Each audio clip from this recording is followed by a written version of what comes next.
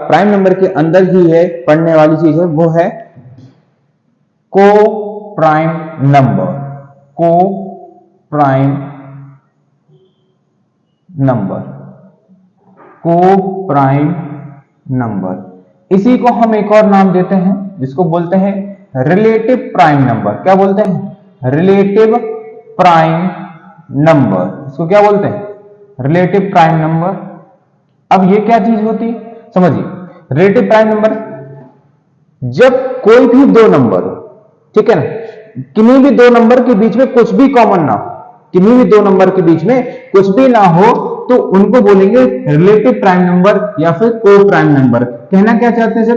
कहना यह चाहता हूं कि अगर मान लीजिए मेरे पास 5 है और मेरे पास 6 है, मेरे पास 5 और 6 है, या फिर आप मेरे पास देख लीजिए 5 और 7 भी है, ठीक, तो इन दोनों में कुछ भी कॉमन नहीं है, इन दोनों में कुछ भी कॉमन नहीं है।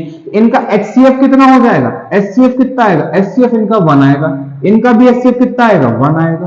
तो हम ये कह सकते हैं जब भी किसी भी दो नंबर के बीच में कुछ भी कॉमन ना हो और उनका एचसीएफ कितना हो? 1। अगर एचसीएफ 1 है तो वो क्या हो जाएंगी? आपकी रिलेटिव प्राइम नंबर या फिर को प्राइम नंबर। सीधी सी बात है, अगर एचसीएफ किसी भी दो संख्याओं का एचसीएफ सिंगल 1 आता है तो वो क्या हो जाती है? को प्राइम नंबर या फिर प्राइम नंबर हो जाती है। इसी में आपको समझना है, अगर हम जैसे कोई भी एग्जांपल लेके देखते हैं कि जैसे मान लीजिए मैंने ले लिया 5 और 11, 5 और 11 ले लिया, या फिर कुछ और भी ले सकते हो, 7, 11 ले लिया, तो ये भी क्या है? ये प्राइम नंबर के अंदर कौन सा है? Relative prime number. क्या हो जाएगी? Relative prime number, relative prime number. But क्या इनके बीच का एचसीएफ एक है? बिल्कुल, एचसीएफ एक होगा, सिंगल होगा, तभी तो होगा ना, तभी क्या हो जाएगा? ये को प्राइम नंबर या फिर रिलेटिव प्राइम नंबर हो जाएगा। चलिए अब बात करते हैं ट्विन प्राइम नंबर की। तो ट्विन प्राइम नंबर क्या होता है?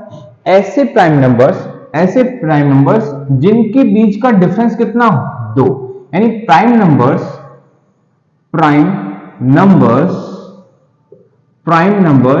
जिनके बीच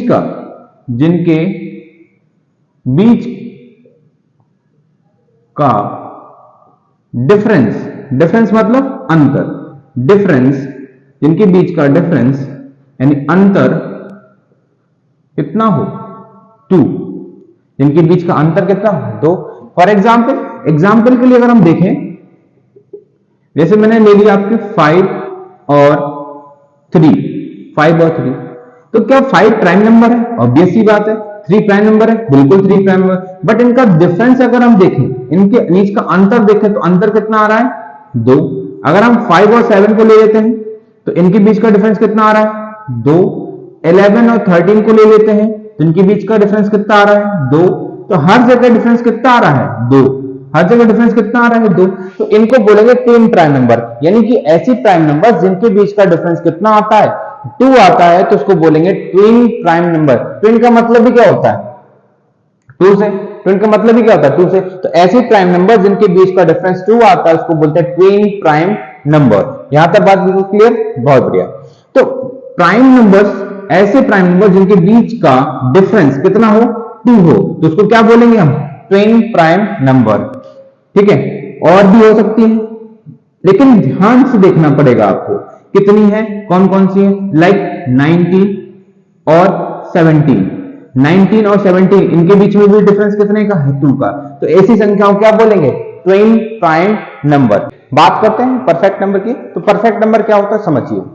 अगर किसी संख्या के हम फैक्टर्स निकालते हैं, तो फैक्टर्स निकाल करके उसमें से हम जितने भी फैक्टर्स हो रहे हैं उन सभी फैक्टर्स को ऐड कर देते हैं। बस उसमें जो एक संख्या जो खुद में होगी वो फैक्टर होगी, लेकिन उस संख्या को हटा दीजिए, बाकी सभी जो फैक्टर्स हैं उन सभी फैक्टर्स का सम क्या होना चाहिए? उसी संख्या के बराबर होना चाहिए। तो क्या कहलाएगी? वो परफेक्ट नंबर कहलाती है। क्या कहलाती है? Perfect number. कैसे, क्या कह सकते हैं हम? If the sum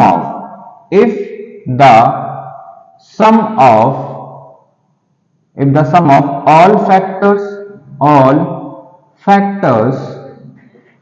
of given number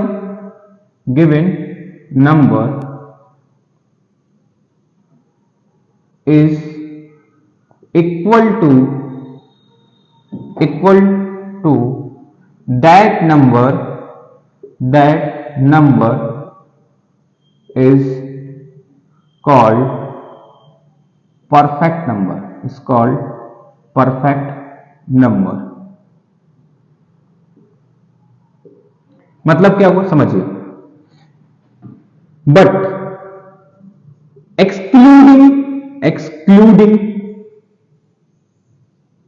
excluding the given number। अब मतलब क्या हुआ समझिए, समझते हैं। जैसे 6 है मेरे पास, अगर मैं 6 के फैक्टर लिखना चाहूं तो 6 के मुझे फैक्टर क्या मिलेंगे?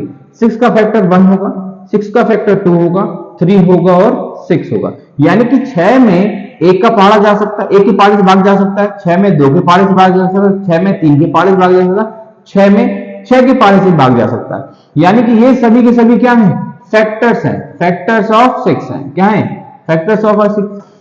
पर इसमें सभी फैक्टर्स को क्या करना है? आपको ऐड करना है, 1 + 2 + 3, बट ये 6 नहीं लेना है। अब आप देखेंगे कि इनका सम कितना आ रहा है? 1 + 2 + 3 कितना आया? 6। क्या वही संख्या प्राप्त हो गई? बिल्कुल, जो संख्या आपके पास थी वही संख्या प्राप्त हो गई। तो ऐसी संख्या को क्या बोलेंगे? क्या बोला जाएगा?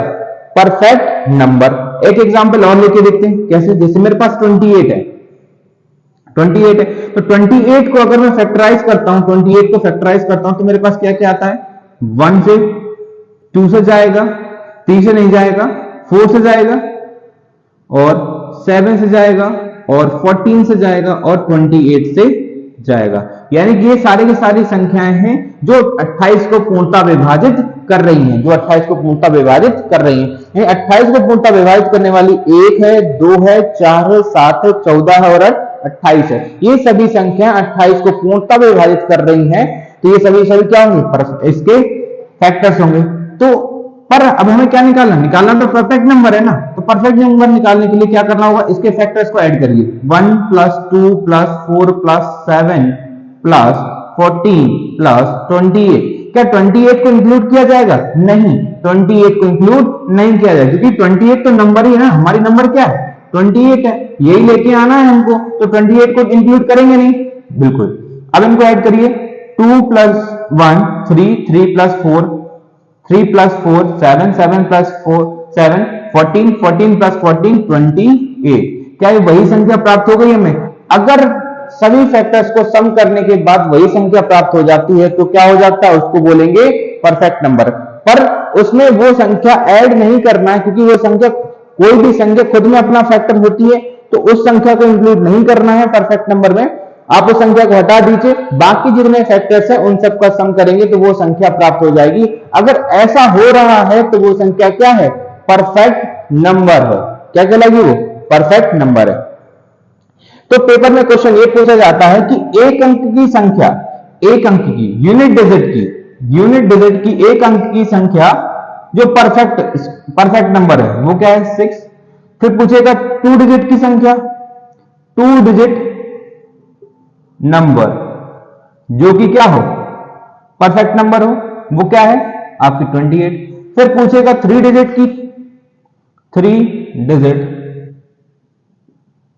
डिजिट परफेक्ट नंबर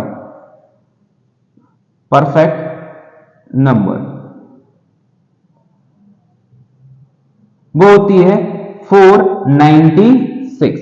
क्या होती है? 496। तो 3 डिजिट की परफेक्ट नंबर क्या हो गई? 496। यानी कि पेपर में आपसे पूछा जाता है कि 3 डिजिट की परफेक्ट नंबर कौन सी होती है? तो 496। आप इसके फैक्टर्स करके देखिएगा, इन सारे फैक्टर्स का सम कितना आएगा? 496। बस आप उसमें 496 को एक्सक्लूड कर दीजिएगा, क्योंकि वो संख्या खुद में ही अपना क्या होती है? फैक्टर होती है। तो उसको आप एक्सक्लूड कर दीजिएगा, आपका आंसर 496 मिल जाएगा। तो यहां तक हमारा पूरा आपका नंबर सिस्टम खत्म होता है। हमने क्या क्या पढ़ा है?